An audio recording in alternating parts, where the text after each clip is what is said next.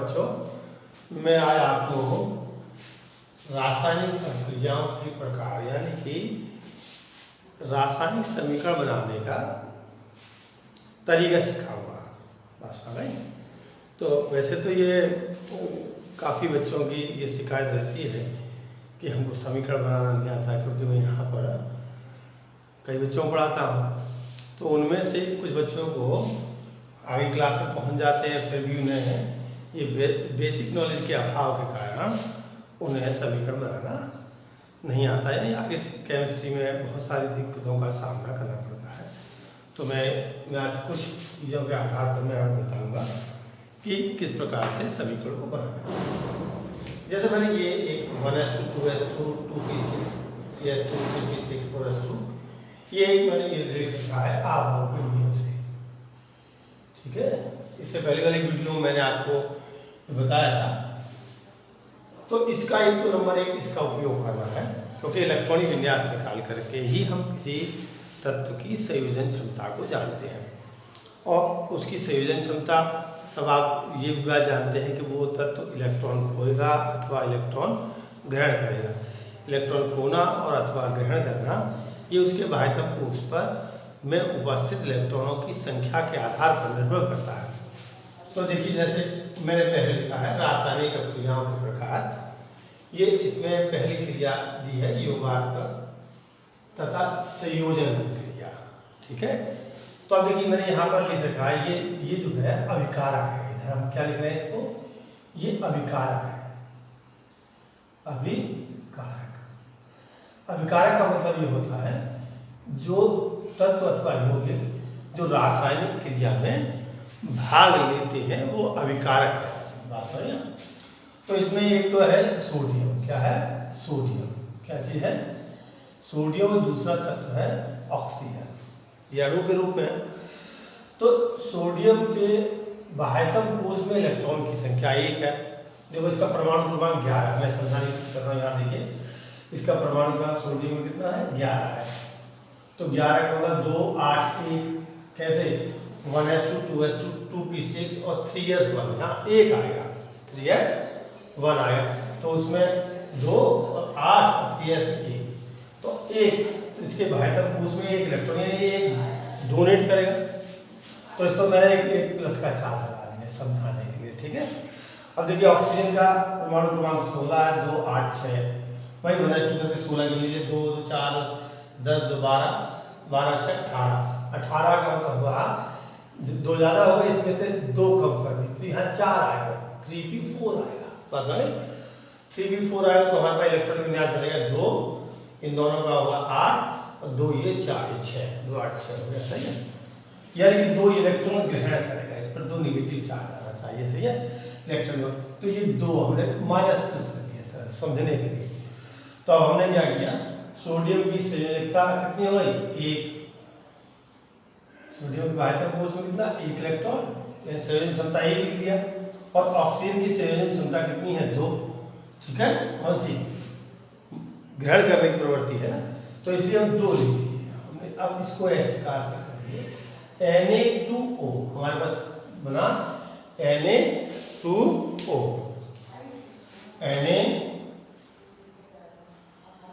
Na2O, ठीक है।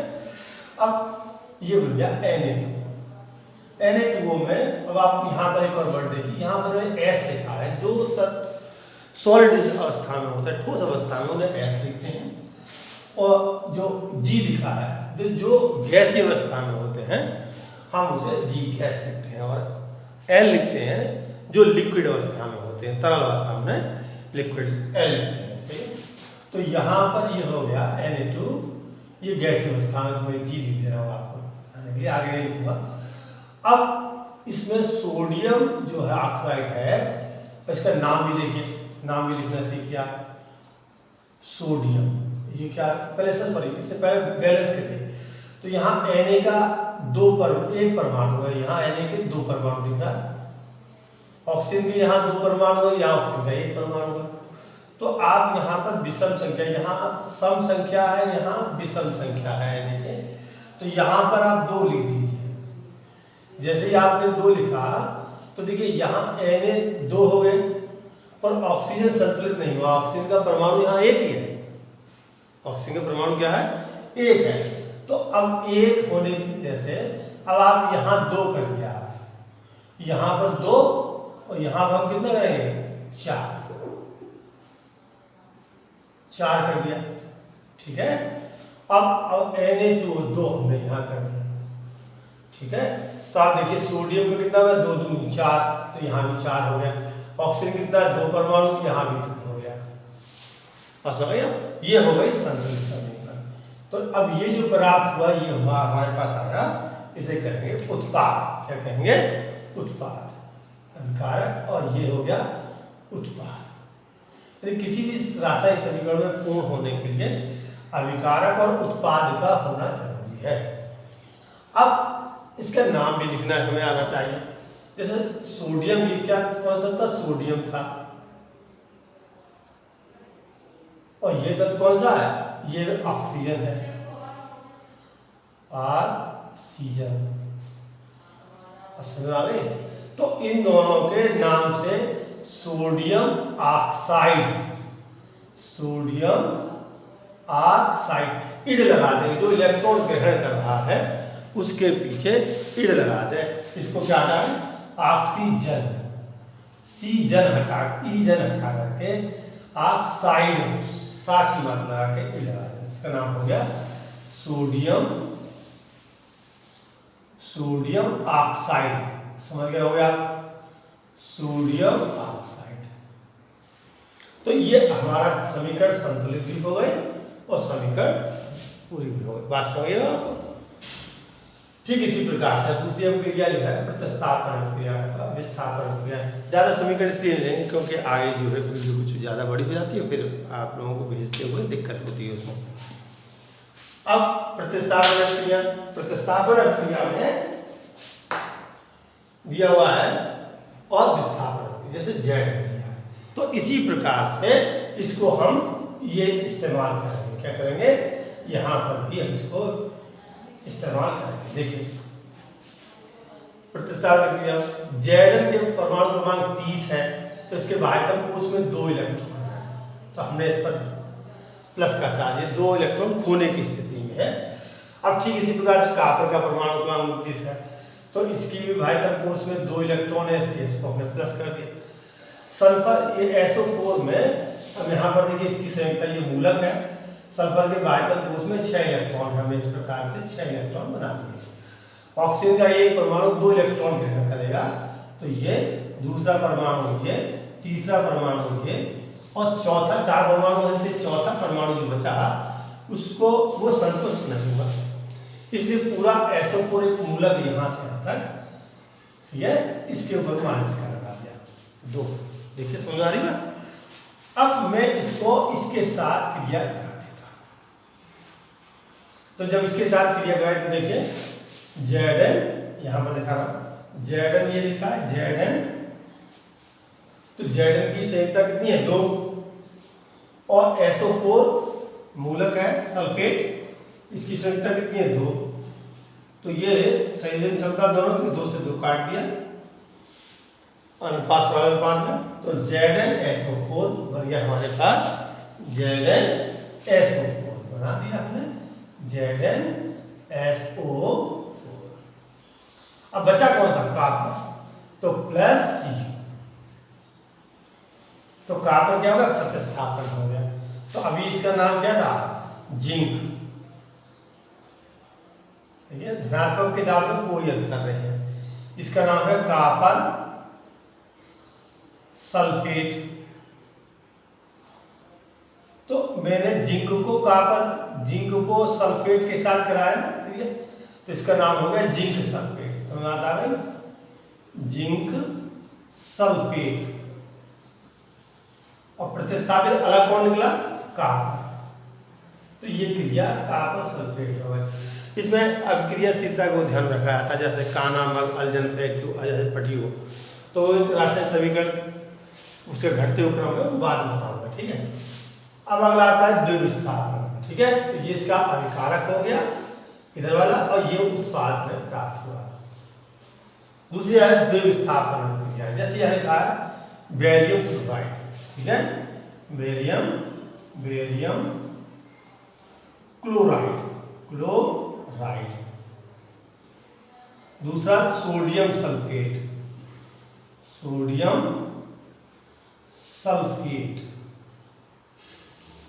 अब इसमें वही काम यहां करना कि बेरिलियम के बाह्यतम कोश में 2 इलेक्ट्रॉन होते हैं, इसकी संयोजकता 2 होती है इसमें। क्लोरीन का परमाणु क्रमांक 17, इसके बाह्यतम कोश में 1 इलेक्ट्रॉन होता है, 7 होते हैं, तो ये 1 इलेक्ट्रॉन ग्रहण करेगा। इसी प्रकार से सोडियम के बाह्यतम कोश में 1 इलेक्ट्रॉन, तो ये 1 होएगा। और ये सल्फेट जो है ये अभी दिखाया। अब हम क्या करेंगे, प्रतिस्थापन, द्विविस्थापन क्रिया है ना, या इसको हम ओहे अपघटन भी कहते हैं, कुछ किताब में लिखा है, अथवा ओहे अपघटन, ओहे अपघटन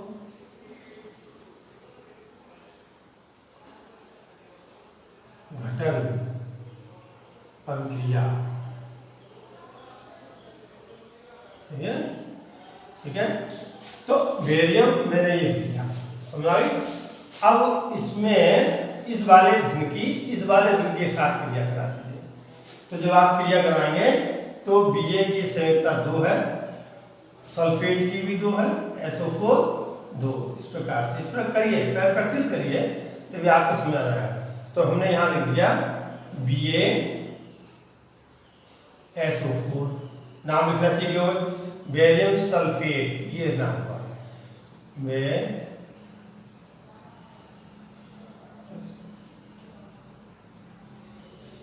सल्फेट।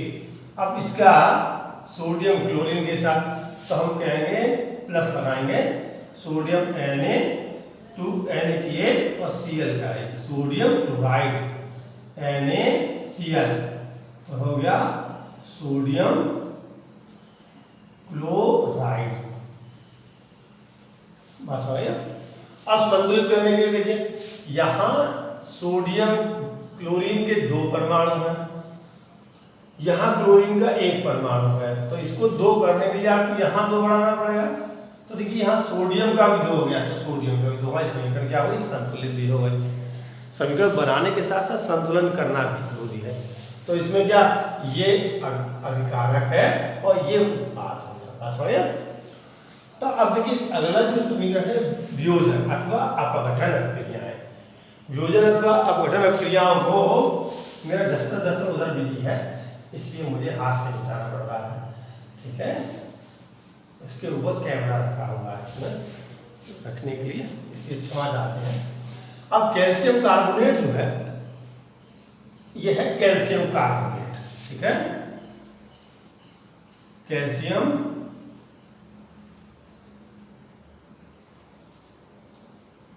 कार्बोनेट। अब कैल्शियम कार्बोनेट में हमें क्रिया कौन सी करनी है, वियोजन क्रिया, अपघटन क्रिया। तो अपघटन क्रिया में अब इसको देखो वही काम करेंगे, कैल्शियम का परमाणु क्रमांक 20 है, बाह्यतम कोश में इसके में कितने इलेक्ट्रॉन हैं, 2 हैं।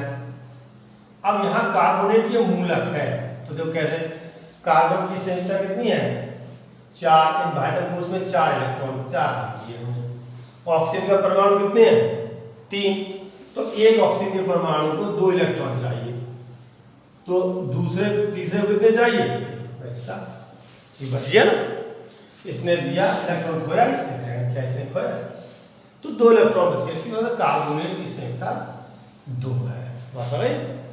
तो अब ये कोऑर्डिनेट बॉन्ड के साथ जुड़ा, तो इसमें से इस तरह के आग करने के लिए अब हम क्या करें, इस 2 को इससे ये बना दें, इसको अलग करें, ठीक है। तो अब हम जो अलग करेंगे तो इसके साथ क्या जोड़ दें, Ca को जोड़ दें, Ca। अब बात समझ गई, क्योंकि ये 2 इलेक्ट्रॉन ये हो रहा है, तो अब हम यहां लिख देंगे CaO, यानी कैल्शियम ऑक्साइड, नाम इसका हो गया calcium oxide, calcium oxide plus दूसरा कार्बन डाइऑक्साइड CO2, ये क्या हो गया कार्बन डाइऑक्साइड, कार्बन एक है, ऑक्सीजन के 2 परमाणु, इसलिए कार्बन डाइऑक्साइड, डाइऑक्साइड। बात समझिए। अब दूसरी क्रिया आती है, हम कहते हैं ऊष्मीय वियोजन। क्या कहते हैं? ऊष्मीय वियोजन। तो ये जो क्रिया है, इनमें से अलग अलग प्रकार का ऊष्मीय वियोजन है। जैसे ये सूर्य के प्रकाश की क्रिया, ये शब्द है कार्बन डाइऑक्साइड और जल, और यहाँ पर सूर्य का प्रकाश, और ये पढ़ रहे, ये चीजें यहाँ पर लिखी जाती है उत्प्रेरक, कैटालाइसिस। तो जितने भी क्रिया को उत्प्रेरित करने वाले तत्व होते हैं, या गैसीय अवस्था हो चाहे सॉलिड अवस्था हो, वो यहाँ लिखी जाती हैं तीर के ऊपर। सही है। तो अब मैं इसे बनाऊंगा 6C6H12 C6H12O6 plus 6O2 plus 6H2O। ऐसी क्रियाएं होती हैं, ये प्रकाश रासायनिक क्रियाएं होती हैं। बात समझ, इतनी बात मैंने आपको बताई। इसी के आधार पर और समीकरण आप बनाना सीखिए। तो रासायनिक क्रियाओं के प्रकार, ये बेसिक चीज है। चाहे फर्स्ट ईयर में आप पढ़ते हो, चाहे इंटर पढ़ते हो, चाहे 9th पढ़ते हो, चाहे 10th पढ़ते हो, किसी भी क्लास में पढ़ते हो, तब आपको अगर रसायन विज्ञान पढ़ना है और आप अगर कमजोर हैं, तो आपको ये बातें आपको जानना बहुत आवश्यक है, तभी आप आगे बढ़ पाएंगे। अब इसी अगर 10th के हिसाब से थोड़ा सा आप रह गया इसमें, जैसे विकृत गंधता कैसे कहते हैं, तो ये चीज़ें बाद में अगले बताएंगे। तो बात सुना गया? ठीक है, धन्यवाद। अगली बात मेरा कहना यह है कि इस समय सभी लोगों को ध्यान से पढ़ना चाहिए, क्योंकि कॉलेज खुलने में बहुत टाइम बकाया है अभी, कि जुलाई में सुना जा रहा है, तो आप लोग कैसे पढ़ पाएंगे? ठीक है।